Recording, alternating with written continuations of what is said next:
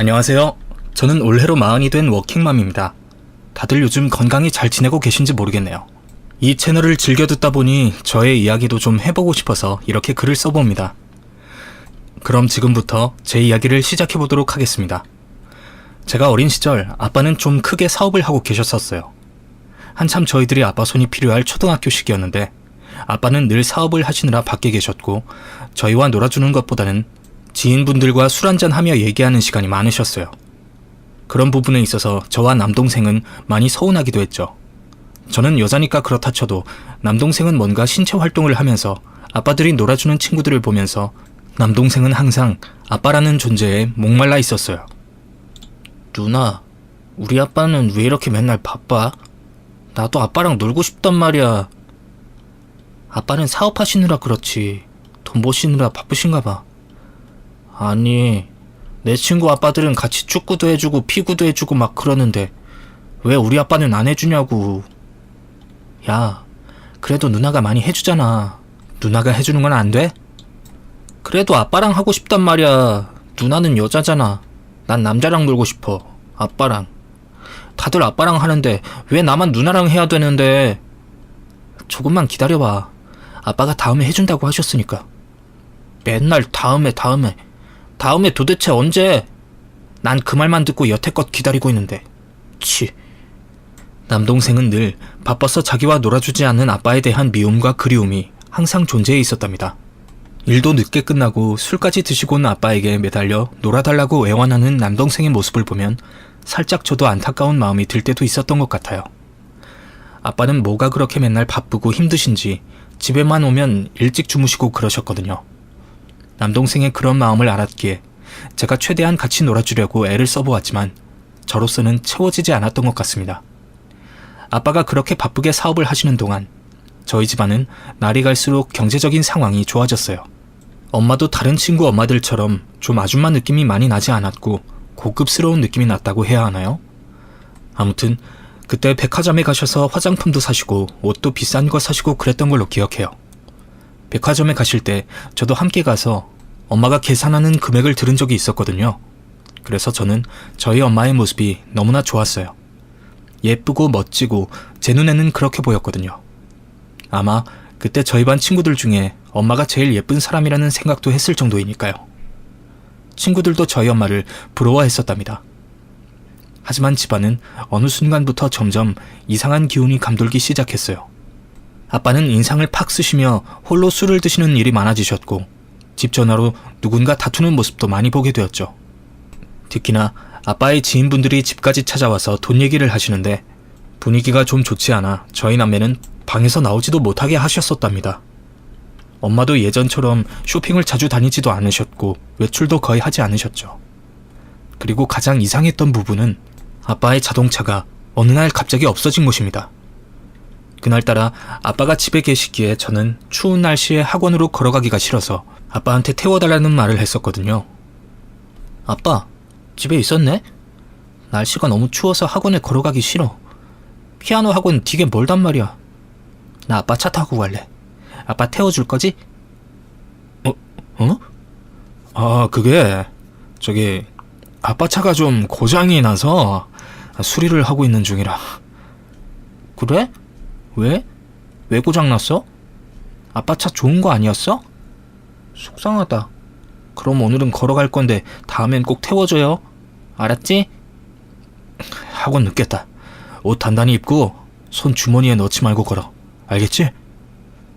아빠는 그저 자동차가 수리에 들어갔다는 말씀만 하셨고 다음에 태워달라고 물어보는 저의 말에는 그저 말을 돌리셨습니다. 그렇게 저는 눈이 와서 빙판길이 되어버린 길을 걸어서 학원에 다녀왔고 집에 도착했을 때 엄마 아빠가 엄청나게 크게 싸우는 모습을 보게 되었습니다. 아빠와 엄마는 극도로 흥분하신 상태였으며 아빠의 사업에 대해서 말을 하시는 것 같았어요. 아직 어린 나이였기에 정확하게 하시는 말씀을 다 이해하지는 못했지만 그냥 사업이 망해서 폐업 신고를 해야 하고 은행 빚이랑 이런 것들이 많아서 집을 팔아야 하고 뭐 이런 내용이었어요. 자동차도 이미 팔아서 그 돈으로 우선 직원들 월급의 일부분을 주었다는 얘기도 들었네요. 아마도 진작부터 조금씩 아빠의 사업이 안 좋아지고 있었나 봅니다. 저희한테 티는 내지 않으셨지만 말이죠. 그렇게 엄마 아빠의 싸움은 날이 갈수록 잦아졌고 저희 집에는 낯선 아저씨들이 들어오셔서 빨간색 스티커를 집안 물건 곳곳에 붙여놓으셨습니다. 나중에 알고 보니 그게 압류 스티커라고 하더라고요. 그날 어찌나 두렵고 무서웠던지 그 아저씨들을 피해서 동생과 함께 집 앞에 나가서 눈치만 보고 있었던 기억도 나네요. 아무튼 그렇게 저희 집안은 급격하게 어려워졌습니다. 아빠의 사업이 부도가 나고 폭삭 망하면서 직원들의 월급도 다 챙겨주지 못했는지 저희 집에 직원분들이 찾아오셔서 밀린 월급을 달라는 말씀을 하는 것도 들은 적이 있었어요. 그 당시 엄마 아빠는 정말 많이 힘들어 하셨는데요.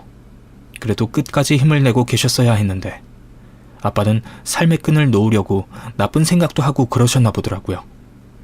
나중에는 정신과에서 약도 타다 드실 정도로 몸과 마음이 쇠약해지셨고 저희 가족은 아빠의 그런 모습을 보는 것 자체가 무척이나 고통스러웠답니다. 아빠는 하루하루를 술로 보내시고 그러다 잠을 자고 또 일어나서 술을 마시고 엄마가 술을 감추면 막 유리컵을 집어 던지면서 화를 내셨어요. 그러다 어쩌다 술이 깨시면 저희 남매를 불러 미안하다고 하시면서 울고 그러시는데 감정의 조절이 매우 힘드셨던 것 같아요. 그때 특히나 남동생은 제게 아빠에 대해서 많이 물어봤어요. 누나, 우리 아빠 정말 이상해진 거야? 이상해지긴 그냥 지금 좀 사업이 망해서 힘드신 거겠지. 근데 왜 이렇게 맨날 술만 마시고 유리컵 집어던지고 그래? 술 마시면 힘든 게 없어져? 우리 아빠 정말 이러지 않았는데 너무 무서워. 무서울 거 없어. 아저씨는 힘들면 다 술 마시잖아. 너 TV도 안 봤냐? 그렇긴 하지만 그래도 너무 무섭단 말이야. 특히 나한테 갑자기 오라고 내 이름 부르면 나 솔직히 아빠한테 가고 싶지 않아. 옛날에는 그렇게 놀아달라고 아빠 불러도 피곤하다고 잠만 자더니 이제 와서 왜 자꾸 부르는 거야. 그러지 마. 그래도 우리 아빠 금방 좋아지실 거야. 알았지? 남동생은 저보다 2살이 어렸고 제게 많이 의지를 하고 있었어요. 그래서 하나부터 10까지 집안의 세세한 것에 대해 모두 다 제게 물어보았죠. 아빠가 잠시 힘들어서 이러시는 것이라고 동생에게 얘기해 주었지만 동생은 잘 이해하지 못하는 눈치였습니다. 아마도 아직 거기까지 이해할 나이는 아니었나 봐요.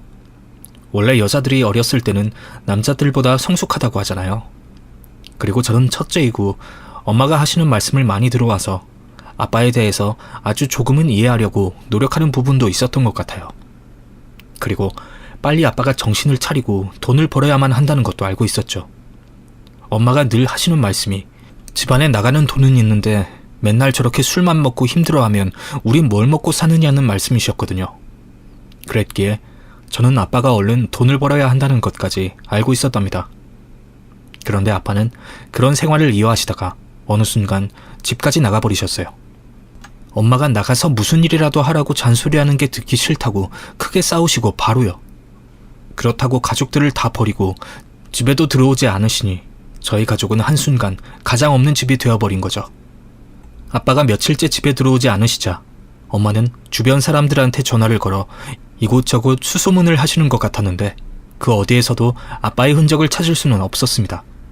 더군다나 아직도 여기저기서 빚 독촉 전화와 밀리는 월급에 대한 말을 하는 상태여서 엄마는 이러지도 저러지도 못하는 상태로 발만 동동 구르셨어요. 그렇게 아빠가 없어진 지 2주일쯤 지났을 때 엄마는 집에서 멀지 않은 마트에 일을 하러 나가기 시작하셨습니다. 크지는 않은 마트였지만 이 동네 사람들은 거의 다 다닐 만큼 물건들이 많이 있는 곳이었어요. 엄마는 그곳에서 계산원으로 일을 하기 시작하셨는데 결혼하시고 생전 바깥일을 해보지 않으셨던 분이라 우왕좌왕하면서 힘들어하셨던 기억이 나네요. 엄마의 퇴근을 기다리며 저와 남동생은 몰래 그 마트로 가서 엄마를 지켜보았는데요. 한창 저녁 퇴근 시간이라서 사람들이 좀 많았었어요. 그런데 엄마가 계산을 자꾸만 잘못해서 사람들과 마찰이 일어나고 줄도 점점 길어지고 그러는 모습을 보게 되었답니다. 그리고 잠시 후 그 마트의 사장님인지 어떤 남자분이 오셔서 엄마를 막 다그치고 하시는데 어찌나 큰 소리로 그러시는지 제가 다 민망할 정도였어요. 아이 정말 아줌마, 몇 번째 실수예요. 지금 봐봐요. 여기 영수증 잘못됐잖아요. 아, 그렇네요. 죄송해요, 사장님. 죄송합니다, 손님. 다시 해드릴게요. 아니, 지난 한 주 동안 시간도 많이 들였는데 아직까지 이런 실수하시면 어떡합니까? 이 줄 봐봐요. 이렇게 길어진 거.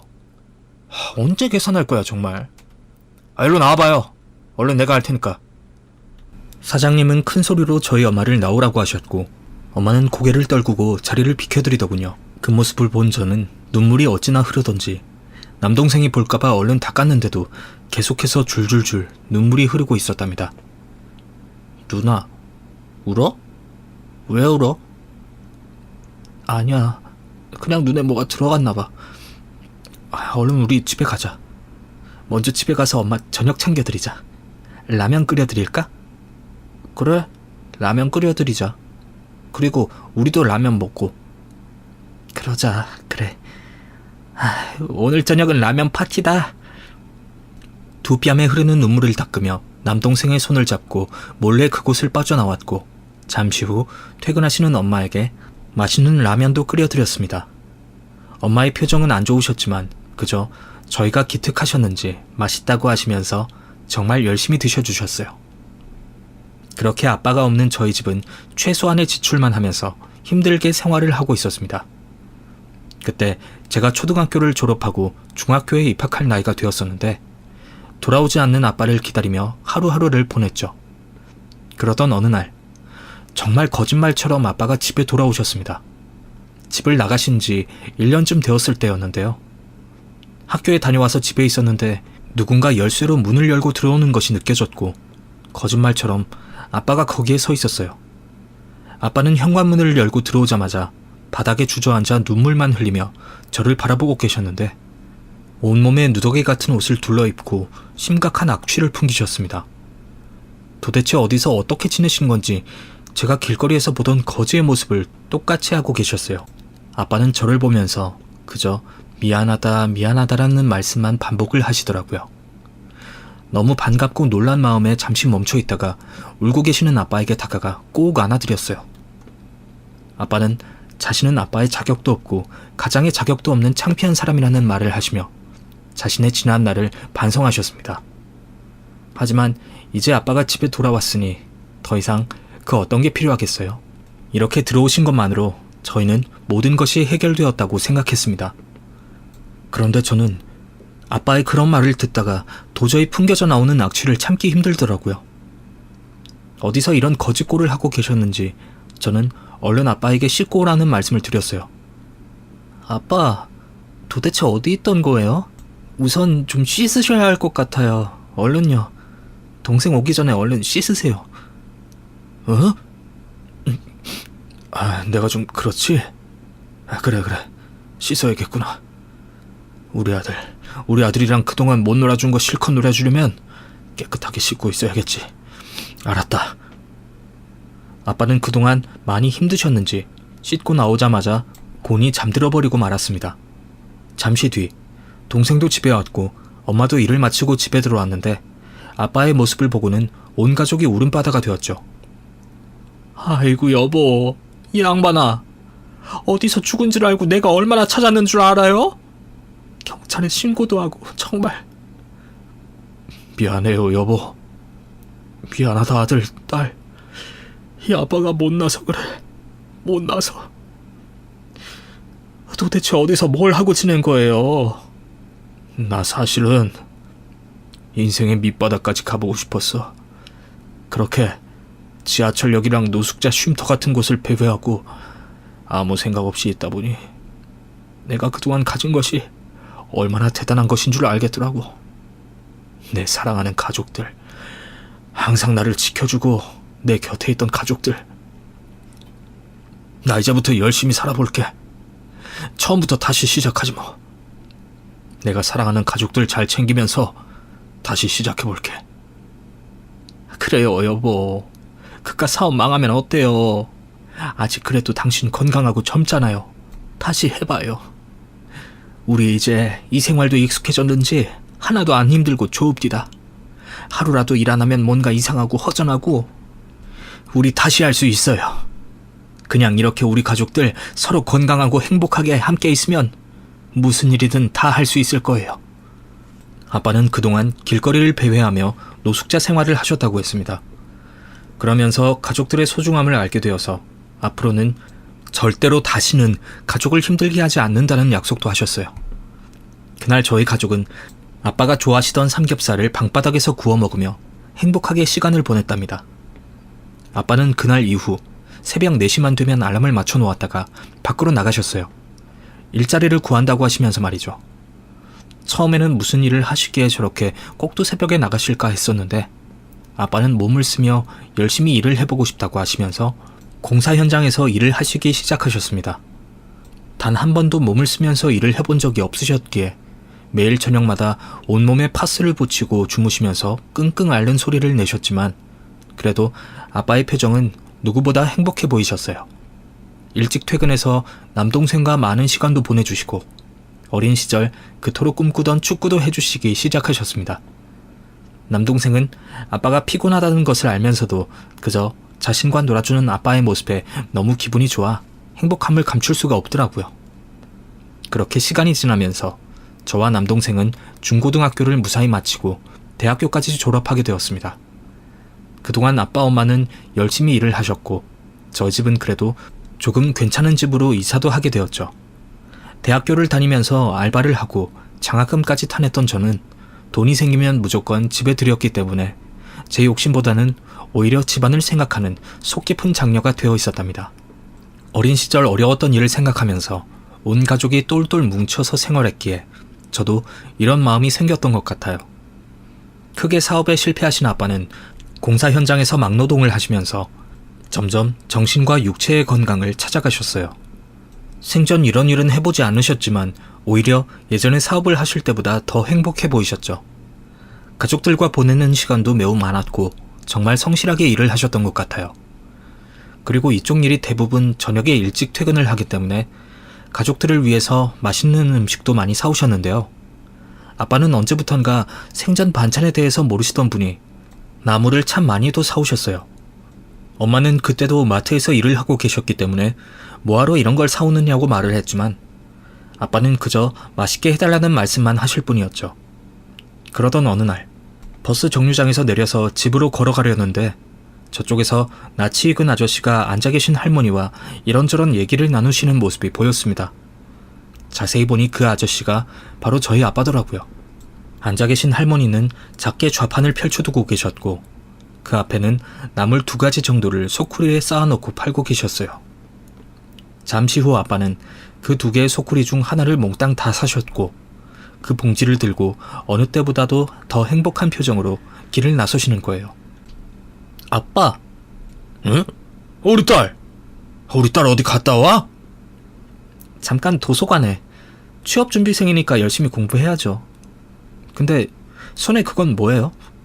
아, 취나물이라고 하는 건데 이거 갑자기 너무 먹고 싶어서 좀 사와봤다. 네 엄마한테 맛있게 무쳐달라고 해야지. 아빠 예전에는 나물 같은 거 잘 안 드셨잖아요.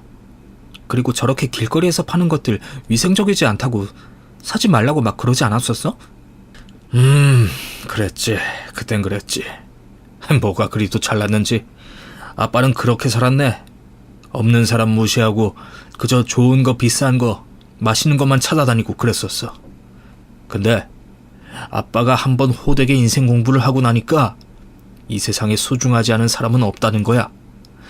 그저 직업이나 외모만 보고 그 사람을 업신 여기고 무시하면 안 된다는 걸 알게 되었어. 오히려 그렇게 생각하니까 인생이 아름다워 보이고 작은 것에도 행복함을 느낄 줄 알게 되더라. 아빠는 지금 이 생활이 너무 좋다. 니들이 좀 아빠 막노동 한다고 싫어할지는 모르겠지만 아빠, 그게 무슨 말이에요. 전혀 아니에요. 난 예전에 아빠가 사업하면서 좋은 차 타고 다니고 비싼 옷도 사주고 할 때보다 지금이 더 좋아. 우리 가족이랑 시간도 많이 보내고 또 관심도 많이 가져주니까. 돈보다 사랑이 중요한 거잖아요. 나도 아빠 응원해요. 아이고, 우리 딸이 정말 다 컸네. 꼬맹이였는데 말이야. 고맙다 내 딸. 아빠는 사업의 실패 후 인생 공부를 다시 하게 되었다면서 자신의 생각에 대해서 말씀해 주셨습니다. 그러면서 어찌나 행복한 표정을 지으시던지 보는 저도 기분이 좋더라고요. 없는 사람 무시하고 돈만 쫓아가는 것보다는 돈은 조금 덜 벌더라도 일상에 감사하고 주변 사람을 사랑할 줄 아는 마인드가 정말 소중한 것 같다고 저도 생각했어요. 그렇게 시간이 흘러 취준생이었던 저는 어엿한 회사에 취업을 했고 그곳에서 한 남자를 만나게 되었습니다. 저보다 3살 위의 오빠였는데 군대를 다녀오고 저와는 입사 동기였죠. 하나부터 10까지 저희는 다 붙어 다니면서 회사 일에 대해 배우고 공부하고 야근까지 함께 했어요. 처음에는 그저 편안한 입사 동기로 생각을 했는데 그렇게 1년쯤을 붙어 있으면서 모든 것을 소통하다 보니 어느덧 없어서는 안 될 존재가 되어버렸죠. 이성적인 감정이 많았다기보다는 서로에게 없으면 뭔가 이상한 존재 같은 그런 느낌이라고 해야 할까요? 아무튼 그런 감정을 느끼면서 지냈는데 제가 우연히 소개팅을 하게 되면서 그 친구가 본격적으로 제게 마음을 고백하게 되었습니다. 저기 소개팅 재밌었냐? 어? 아, 소개팅 그냥 뭐 조건도 좋고 잘생기고 그렇더라. 근데 왠지 대화가 잘 안 통하는 느낌이었어. 조건 좋고 잘생긴 남자 네 앞에도 있잖아. 내 앞에? 내 앞에 어디? 나 말이야. 나도 조건 좋고 잘생겼어. 그리고 나는 너랑 대화도 잘 통하지 않냐? 이런 사람 놔두고 뭐하러 그런 엄한 짓을 하고 다니냐? 너 다음부터 소개팅 나가지 마. 알았어? 뭐라고? 갑자기 너 그게 무슨 말이냐? 나만 만나고 나랑만 얘기하라고. 난 네가 다른 남자 만나러 가는 꼴 못 보니까. 이 친구는 제가 소개팅에 다녀왔다는 말을 듣고 뾰루퉁한 말투로 말을 하더군요. 그러면서 다른 남자 만나러 가는 꼴을 못 본다고 하는 겁니다. 처음에는 당황스럽고 어리둥절했었는데 점점 시간이 지나면서 제 마음속에 있는 감정이 꿈틀거리는 것을 느끼게 되었어요.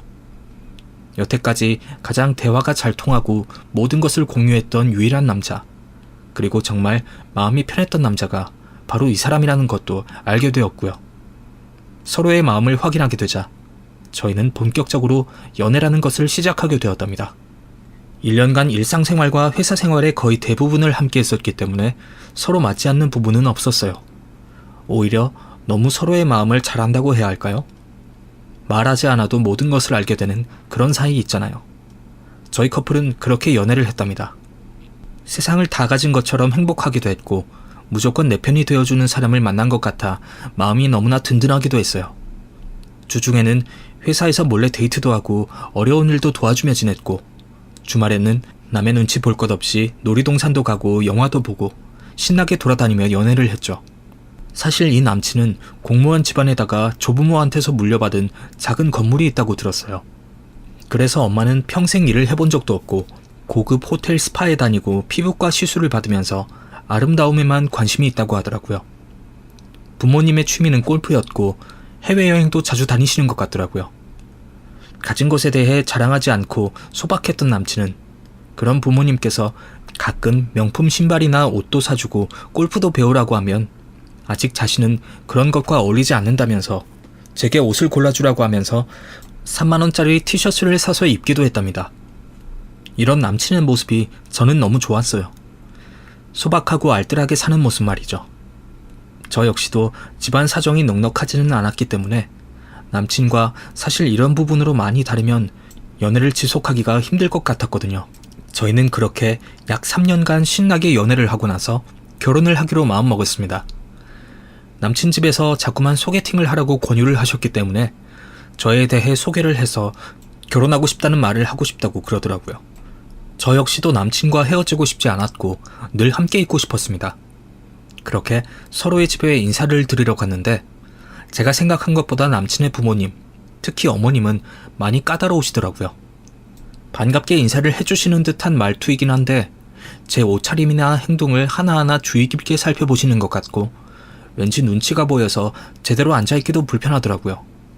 그러면서 부모님의 직업에 대해 물어보시면서는 표정이 확 변하셨었어요. 아가씨 부모님은 무슨 일 하셔? 그래도 이렇게 좋은 회사에 취직시키신 걸 보면 대단한 부모님 같은데. 네, 아빠는 공사 현장에서 일하시고 엄마는 마트에서 일을 하세요. 응? 저기, 내가 잘못 들었나? 공사 현장이라면 혹시 건설회사 임원이신가? 아니요. 예전에 사업을 크게 하셨다가 실패를 하신 이후에는 공사 현장에서 일하는 것이 즐겁다고 하셨어요. 지금은 공사 현장에 팀원들을 꾸려서 가는 팀장님이라고 들었습니다. 저기 그럼 막노동이라는 거야? 여보, 내가 맞게 들은 거죠? 남친의 어머님은 저희 아빠 엄마 직업을 물으신 후 좀 충격을 받으셨는지 말까지 더듬으시며 남친의 아버지에게 확인을 하시더군요. 그리고 그때 이후로 저를 보는 눈빛이 몹시 안 좋으시다는 것을 알게 되었습니다. 뭐랄까, 좀 무시하는 눈빛이라고 해야 할까요? 좀 그런 기분 나쁜 눈빛을 받았었어요. 남친 집에 첫 인사를 마치고 몹시 기분이 나빠 있는데 남친은 저를 위로해주면서 자신의 엄마가 특히 좀 유별나다고 하면서 제 편을 들어주더라고요. 그러면서 자신은 무슨 일을 하던지 직업에는 귀천이 없다고 생각한다면서 자기 엄마는 알아서 잘 컨트롤 할 테니까 걱정 말라고 했습니다. 기분이 많이 나빴는데 남친이 또 이렇게 얘기하면서 위로해주니까 조금 기분이 나아지긴 하더라고요. 그런데 그날 이후로 결혼을 준비하는 과정에서 엄청나게 남친을 들들 볶았나 보더라고요. 회사에 출근해 있는 남친 표정이 많이 좋지 않았고 저녁에 함께 데이트를 할 때면 남친의 어머니가 전화를 엄청 많이 했는데 남친이 전화를 받지 않고 피하는 모습도 보았거든요. 이런 결혼을 꼭 해야 하나 싶기도 했지만 그래도 어떡해요. 남친이 너무 좋은걸요. 시간이 지나 드디어 상견례 날짜가 되었습니다. 가지고 계신 옷 중에 가장 깔끔한 옷을 고르시고 엄마는 특히 미용실까지 다녀오셨죠. 오랜만에 곱게 머리 손질을 하고 화장까지 하시니까 예전 사업할 때의 그 모습이 되신 것 같아서 너무 보기 좋았습니다. 상견례 장소로 향하면서 저는 조심스럽게 입을 열었어요. 저기, 아빠, 엄마, 좀 할 말이 있는데요. 남친 어머님이 조금 까다로우신 것 같아요. 말씀이 너무 직진형 스타일이라서 불편한 부분이 있을 수도 있을 것 같아서 걱정이 돼서요. 우리 딸 별걸 다 걱정하네. 설마 하니 처음 뵙는 예비사돈한테 무슨 말을 하시겠어? 그런 생각하지 말거라. 알았지? 우리 딸이 엄마 아빠 생각을 엄청 해주는구나. 부모님은 걱정하지 말라는 말씀을 하셨고 그대로 상견례 자리에 도착했습니다. 그런데 아니나 다를까 제 예상대로 남친의 어머님은 도착하시자마자 뭔가 마음에 들지 않는 곳으로 억지로 끌려온 사람 마냥 표정을 구기고 앉아있더군요. 그러면서 무슨 말만 하면 제대로 대답도 하지 않으시고 사람을 깔보는 듯한 눈빛을 보내시는 거예요. 특히나 예식장 잡는 날짜나 혼수 부분에 대해서 얘기를 할 때에는 제가 다 민망할 정도로 무시하는 말투로 말씀하셨습니다. 저기, 막노동 하시느라 오실 손님도 별로 없으실 것 같은데 인원 괜히 많이 잡지 마세요. 저희야 워낙 공무원 생활 오래 하다 보니 고급스러운 지인들도 많이 오실 거라서 인원을 넉넉히 잡아야 하지만 그래도 저도 한때 사업했던 지인도 있고 이쪽 현장에서도 인원이 꽤 많이 오실 것 같아서요. 그러세요? 근데 혹시 공사판에서 막노동하시고 그 옷 그대로 오시는 건 아니겠죠? 예식장 격이 떨어지면 안 되는데 왜 땀 냄새랑 흙 냄새랑 막 술 냄새 담배 냄새 배어서 오면 답 없잖아요.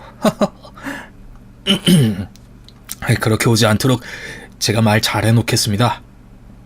아니 근데 막노동하는 사람들은 왜 그렇게 점심에 낮술을 먹는데요? 아주 다 술판이고 난리도 아니더군요. 그렇게 술 먹고 제정신도 아닌데 무슨 일을 한다고? 다 그런 건 아니니 너무 색안경 끼고 보시지 않았으면 합니다. 열심히 즐겁게 일을 하는 사람도 있으니까요.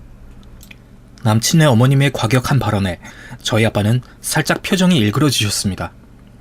더 이상 이런 대화가 지속이 되면 제가 먼저 참지 못하고 뛰쳐나가 버릴 것 같았는데요. 그때 때마침 남친의 아버지께서 말려주셔서 얼마나 다행인 줄 몰라요. 여보, 저게 초면에 일단 잘 알겠습니다. 나머지 혼수나 이런 부분은 따로 전화로 말씀을 나누시면 좋을 것 같네요. 위태롭던 상견례 자리가 끝이 나고 집으로 돌아가는 길에 저는 너무나 기분이 나빠서 미쳐버릴 것 같았어요. 어떻게 저렇게 저희 아빠에 대해서 잘 알지도 못하면서 막노동 일을 하신다고 무시하고 비웃음거리로 만드시는지 이해할 수가 없었거든요. 제 남친은 안 그런 사람인 것 같은데 혹시 나중이라도 자기 엄마를 닮아서 이런 모습을 보이면 어쩌지 싶었고 그냥 모든 것이 다 짜증났습니다. 하지만 저희 아빠는 세상에 이런 사람들이 아주 많다고 하면서 자신도 어떻게 보면 과거 사업을 하며 잘 나갈 때 그런 삶을 살았던 것 같다는 말씀을 하셨어요. 아직 성숙하지 않은 사람들이니 너무 신경 쓰지 말라고 하면서요.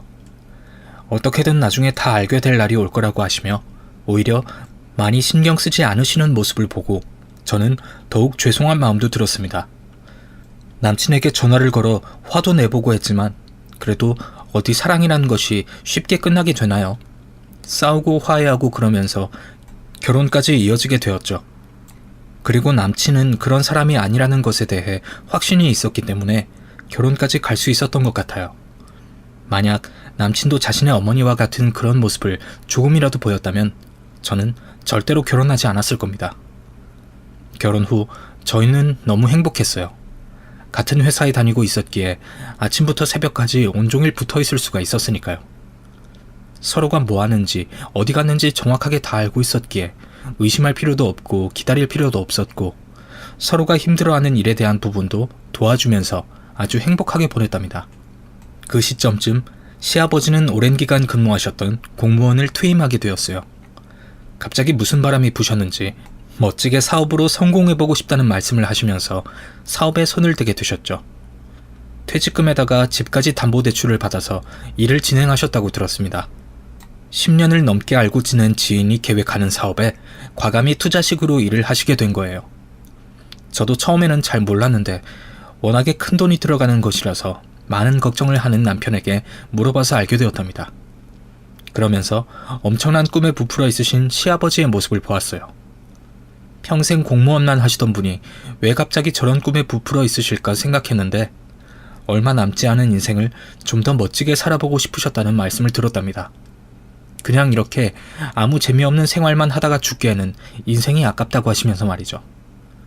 생전 저런 말씀을 하지 않으셨던 분인데 갑자기 무슨 바람이 들었을까 생각해보니 아마도 시아버님의 지인분께서 그렇게 옆에서 바람을 넣으시며 아버님께 투자를 부추기신 것 같다고 남편이 그러더군요. 저 역시도 시아버님의 예상 밖의 모습을 보고 놀랐답니다. 그렇게 시아버지는 꿈에 부풀어서 이 돈 저 돈을 끌어당기며 사업에 아주 많은 전 재산을 투자하셨고 그때쯤 저의 임신 소식과 남편의 생일이 겹쳐서 축하도 할 겸 친정 식구들과 시댁 식구들이 한자리에 모여서 식사를 한번 하게 된 적이 있었어요. 그 자리에서 자신의 사업에 대해 꿈에 부풀어 시댁 부모님은 저희 부모님께 막 자랑을 하시더군요. 그런데 얘기를 듣고 계시던 친정아빠의 얼굴빛이 좀 안 좋으시더니 한 말씀 하시더라고요. 저기 사돈, 제가 좀 외람된 말씀이지만 그 사업이 크게 비전이 없는 것 같아 보이는데요. 친정아빠가 한 말씀 하시자 시모가 대뜸 받아치셨습니다. 어머나 사돈, 정말 별걸 다 참견이시네요. 아니 공사판 막노동만 하시는 분이 요즘 추세에 대해 뭘 아신다고 그렇게 사람의 꿈을 그렇게 짓밟으세요? 네? 뭘 좀 아시고 하는 소리세요? 아니 저 안사돈, 사업이라는 것이 그렇게 남의 말만 믿고 하는 게 아닙니다. 제가 다 경험해서 우러나온 말씀을 드리는 거예요. 더군다나 그 사업은 예전에도 실패한 사례들이 있는 사업이에요. 말씀을 듣자 하니 지인분만 믿고 투자하시는 것 같은데 조금 위험하지 않을까 하는 생각이. 어머, 정말 웃기시는 분이네. 사돈, 제가 정말 이런 말씀까지는 안 드리려고 했는데요. 주제를 알고 끼어드세요. 아셨어요? 노가다 주제 어디서. 참나 어이가 없어서. 오늘 저희는 이만 가보겠습니다. 사업차 미팅이 있어서요. 여보 일어나요. 그만 갑시다. 친정아빠의 말이 듣기 싫었는지 시모는 그 자리를 박차고 시부를 이끌고 가버리고 마셨습니다. 남편이 말려보았지만 자신의 일에 대해서 부정적으로 얘기했다고 엄청 화를 내시더라고요. 친정아빠는 자신 때문에 괜히 분위기를 망쳤다고 하면서 미안하다고 사과를 하시는데 저는 솔직히 충분히 그런 말씀을 할 자격이 있다고 생각해서 절대로 미안해하시지 말라고 말씀드렸어요. 딸의 시댁이면 가족과도 같은 관계이기 때문에 걱정돼서 말씀해드리는 건데 어쩜 이런 식으로 사람의 말을 무시하다니요. 정말 어이가 없고 친정 부모님께 제가 다 면목이 없더라고요. 남편도 얼른 저희 부모님께 죄송하다고 사과를 했고 그렇게 그 자리는 좀 꺼림칙하게 끝이 나버렸습니다. 그로부터 2달쯤 지난 후 저는 배가 꽤 불러와서 회사를 휴직하고 집에서 쉬고 있는데 대낮에 웬 낯선 남자들이 저희 집 배를 누르는 겁니다. 이종환 씨 아시죠? 네, 저희 시아버지신데 누구시죠? 그 사람한테 돈 빌려준 사람입니다. 그 사람이 지금 잠적했으니까 아들이 대신 좀 갚아주셔야겠어요. 네? 뭐라고요? 저희 시아버지가요? 아니, 지난주에도 배웠었었는데. 그러게 사업의 사자도 모르는 분이 왜 그렇게 일을 크게 벌려서 여기저기서 돈 빌려놓고 이렇게 한순간에 잠수를 타다니. 공무원 시절 생각해서 믿고 빌려주니까. 아무튼 난 돈만 받으면 되니까 아들 부부가 여기 책임지고 갚는다는 사인 좀 해줘야겠어요. 얼른요. 저기요, 아니 그게요. 지금 상황이 어떻게 된지도 모르겠고 저는 잘 몰라요. 제가 죄송하지만 남편 오면 저녁에 연락드리라고 하겠습니다. 이렇게 불쑥 찾아오시면 어떡해요. 갑자기 집으로 찾아온 낯선 남자 2명은 시아버지의 이름을 대면서 빌린 돈을 아들이 대신 갚는다고 사인까지 하라고 들이미는데 어찌나 무섭고 떨리던지 정말 그날을 생각하면 지금도 벌벌 떨리네요. 몹시 흥분하신 것 같아서 최대한 좋은 말로 둘러대고 그 사람들을 돌려보낸 후 저는 친정으로 피신을 했습니다. 집에 혼자 있다가는 또 무슨 일이 일어날지 모르니까요. 분명히 지난주에 전화통화를 했던 시댁 부모님들은 갑자기 연락도 되지 않고 집에도 안 계시고 어디론가 사라져버린 상태이셨습니다. 남편이 저녁에 퇴근하며 시댁에 들리고 했었는데 보일러도 며칠째 켜놓지 않은 건지 집안이 싸늘한 냉기가 흐른다고 하더라고요. 정말 이게 어떻게 된 영문인지 너무 답답했습니다. 분명히 일이 잘 될 거라면서 꿈에 부풀어 계시던 표정을 본 게 몇 달 전인데 말이죠. 일단 남편과 함께 친정에서 지내기로 하고 친정 부모님께 사실을 말씀드렸습니다. 친정 아빠는 이내 씁쓸한 표정을 지으시며 말씀하셨죠. 아이고 이런. 그러게 공무원 생활만 하시던 분이 사람 하나 믿고 그러다가 어쩜 좋냐. 아빠는 젊은 시절 이런 사람을 하도 많이 봐서 그렇게 말씀드렸거늘. 아마 이거 복귀하기가 힘드실 것 같다. 물려받은 건물 하나 있는 거 팔아서 다 정리해야 할 거야. 액수가 상당하던데. 친정아빠는 한숨을 쉬시며 걱정 어린 말씀을 하셨는데 때마침 그때 누군가 초인종을 누르더군요. 밤 12시가 다 된 시각에 올 사람이 없는데 누군가 싶어 문을 열어보니 그곳에는 놀랍게도 시모가 서 있었습니다. 어머나 사돈, 여긴 어떻게... 저기 사돈 어른, 사돈 어른 말이 다 맞았어요. 현관문이 열리자 시모는 친정아빠를 보더니 바닥에 무릎을 꿇고 털썩 주저앉으며 말씀하시는 겁니다. 그러면서 밑에 택시에 10,000원이 모자라서 시부가 못 내리고 있다고 하면서 일단 10,000원만 빌려달라는 말씀을 하시더라고요. 친정아빠는 얼른 10,000원을 꺼내어 무릎 꿇고 주저앉아 있는 시모를 일으켜 밖으로 나가 시부를 모시고 왔습니다. 그런데 시부는 식은 땀을 뻘뻘 흘리면서 고열이 나고 있었어요. 아이고 이 양반아, 이 잘난 양반아. 그렇게 사람 하나 믿고 그렇게 돈까지 빌려서 전 재산을 다 투자하냐, 이 바보 같은 양반아. 이렇게 아프고 힘들 때 어디 주변에 도와줄 사람 하나 없고 이런 내 팔자야. 고정하세요 안사돈. 일단 좀 여기 누우세요. 열이 많이 나시는데 약을 좀 찾아봐야겠어요. 시모와 시부는 몰골이 말이 아닌 상태로 친정아빠를 찾아오셨습니다. 이날은 저희가 결혼을 위해 상견례를 한 지 딱 1년째 되는 날이었는데 정말 그때와 너무나도 다른 상황이 펼쳐지고 있었습니다. 그 상견례 자리에서 얼마나 저희 친정아빠의 막노동을 비웃고 무시하셨는지 지금도 기억이 생생하거든요. 그러면서 고열에 시달리며 벌벌 떨고 있는 시부 대신에 시모는 천천히 입을 여셨어요. 그놈이 작정하고 튀었어 글쎄. 애초에 그 사업이라는 건 없더라고요. 아니, 분명히 사무실도 차려놓고 다른 투자자들하고 자리도 마련했고 그 땅이랑 다 봤는데 어쩜 10년을 알고 지낸 놈이 이런 식으로 사람 뒤통수를... 우리 전 재산이 다 날라갔어요. 다. 아유, 하늘도 무심하시지. 안사돈, 일단 진정하세요. 이럴 땐 우선 몸과 마음이 건강해야 합니다. 누구보다 박하사돈이 힘들 거예요. 잘 붙들어 주셔서 이 고비 이겨내야 해요. 좀 진정하시고 저랑 같이 경찰서에 가봅시다. 사돈, 박하사돈, 정말 제가 면목이 없네요. 남편은 아파서 저러고 있고 어디 마땅히 갈 곳도 없고 일주일을 넘게 밖에서 지내다 보니 돈도 다 떨어지고 카드도 이미 다 막혀서 돈 10,000원도 없는 꼴이 되었네요. 시모는 자신의 신세를 한탄하며 그렇게 한참이나 울고 계셨습니다. 지금은 그 어떤 말을 하더라도 위로가 되지 않을 것 같아 저와 남편은 최대한 말을 아끼며 그렇게 친정집에서 며칠을 지냈어요. 그리고 친정아빠의 도움으로 시부모는 경찰서에 가서 사기친 사람을 신고하고 시부의 명의로 된 작은 건물 하나를 최대한 좋은 가격으로 팔아서 주변 사람들한테 빌린 돈을 갚으셨습니다.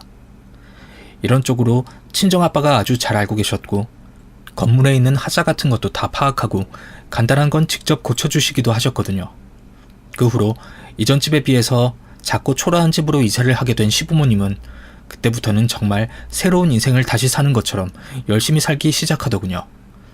물론 처음에는 아주 많이 힘들어 하셨어요. 특히 시부는 매일 술만 드시고 아무것도 안 하고 누워 계시기만 했는데 저희 친정아빠가 옛날 자신이 겪었던 일을 생각하며 많은 이야기도 해주시고 직접 자신의 일터에 모시고 나가서 작은 일이라도 하게끔 만드셨답니다. 이럴 때일수록 몸이 피곤하게 움직여야 잡생각도 안 들고 한다면서요. 그 덕분에 몇 년이 지난 지금은 힘든 막노동은 못하시지만 친정아빠가 소개해준 간단한 청소 같은 소일거리를 하시며 소박하고 행복하게 살고 계셔요. 공무원 연금도 나오시지만 몸을 좀 움직이며 일을 하는 것에 대한 행복을 느끼신 것 같아요. 저는 그 사이 남편을 닮은 떡두꺼비 같은 아들을 낳았고 시모가 육아를 도와주신 덕분에 회사에 복직하며 워킹맘의 일상을 살고 있답니다. 제 이야기 잘 들어주셔서 감사드려요. 이제는 행복하게 잘 살 일만 남은 것 같아요. 여러분의 앞날에도 늘 행복만 가득하시길 바라겠습니다.